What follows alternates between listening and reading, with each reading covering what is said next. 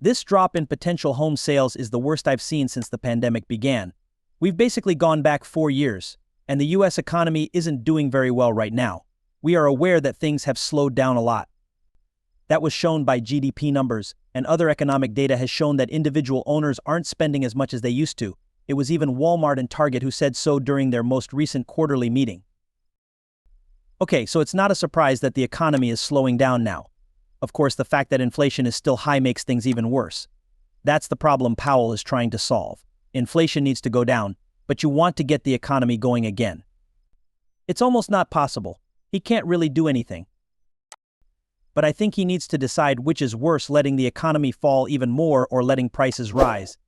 Today, Bitcoin and Ether are actually going up, even though the US market is going down. This is because I think everyone thinks that those rate cuts we've been hearing about will happen sooner rather than later, even though there are a lot of estimates and rumors that the first one won't happen until the summer. I think that the first rate cut might happen in the summer, maybe in the middle of July or August. This is because having the US economy fail and get weaker is going to be much worse. Okay. That is what I think is going to happen, which is why Bitcoin is actually getting stronger today, which is great.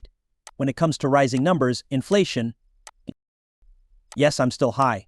We're still 3%, I guess. The Federal Reserve hopes to get the rate down to 2% right now. That's not likely to happen, I think. No matter what, I think he has to do it again. He's in a tough spot. He's going to do something. To sum it up, I believe he will lower interest rates to boost the economy, but in the long run, inflation will rise. He can't do anything about that. However, this report from Cointelegraph says, some people believe that the CPI needs to cross 3% or fall below that level before Bitcoin prices rise. I really don't believe that to be true. Don't forget inflation artificially raises almost all prices. And that's a good thing when it comes to investments like Bitcoin. High inflation actually makes Bitcoin go up in value.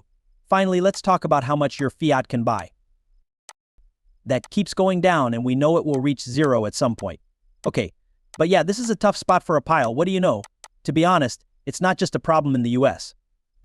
Every country has to deal with it, but the US is in a really strange spot right now because of what the Fed, Treasury, and government did 4 years ago. We're in a really tough spot right now. However, this is the main reason why most of us are in Bitcoin. We want to avoid all of this and the other stuff that's been going on. That went down by minus 341 yards. It's not a good day today. Bitcoin is a little lower than it was yesterday, but it's still going in the same direction. Okay, I'm really on Moon's side right now. The same goes for Ethereum, even though its price hasn't gone up more. But look, it's still going in the wrong direction. We always have new though. It's been a while since I talked about adoption and how there's fear of missing out FOMO with institutions, public trade companies, and private companies. And today we get another example of news that is good for the market. It gives us another reason to look at this. The same scientific group announces a Bitcoin and Treasury plan. What does this mean? Sure enough, they said they bought 581 Bitcoins for $40 million. And it's likely that they will keep doing this. Now, if you want to know who else is scientifically close, they have a market value of $221 million. They have a business, so they're not nobody. They're already at the micro-strategy level, and they're putting in place a Bitcoin strategy. Okay, it seems like you hear this all the time now. There are many companies around the world that are using Bitcoin as a plan, which is great. One more time, this helps the supply shop. We know it's already going on, but it's getting worse. Even the ETFs have nothing to do with this. In this case, Bitcoin is being bought directly. They also added more Bitcoin just yesterday. MicroStrategy should go add more Bitcoin, of course. And there are a lot more like them.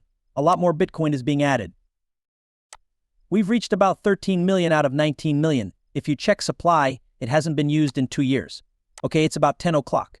That means that more than half of Bitcoin has not moved in 2 years, and close to half has not moved in 3 years. Over the course of 1 year, that number drops to about 70%. Who holds for a long time doesn't care. They're not going away. And that number is only going up right now. Look at the green figure. It's hard to see. Supply that hasn't been used in more than 3 years. Look at how quickly that's going up right now. The 2 year and 1 year fell a little, but you could see that it was going back up.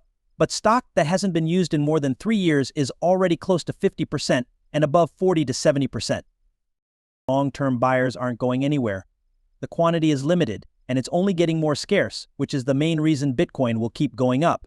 More is being bought by long-term users. Now you have organizations coming in. Okay, you connected the dots. That is what will make Bitcoin go up. Now let's talk about the supply shock I was referring to.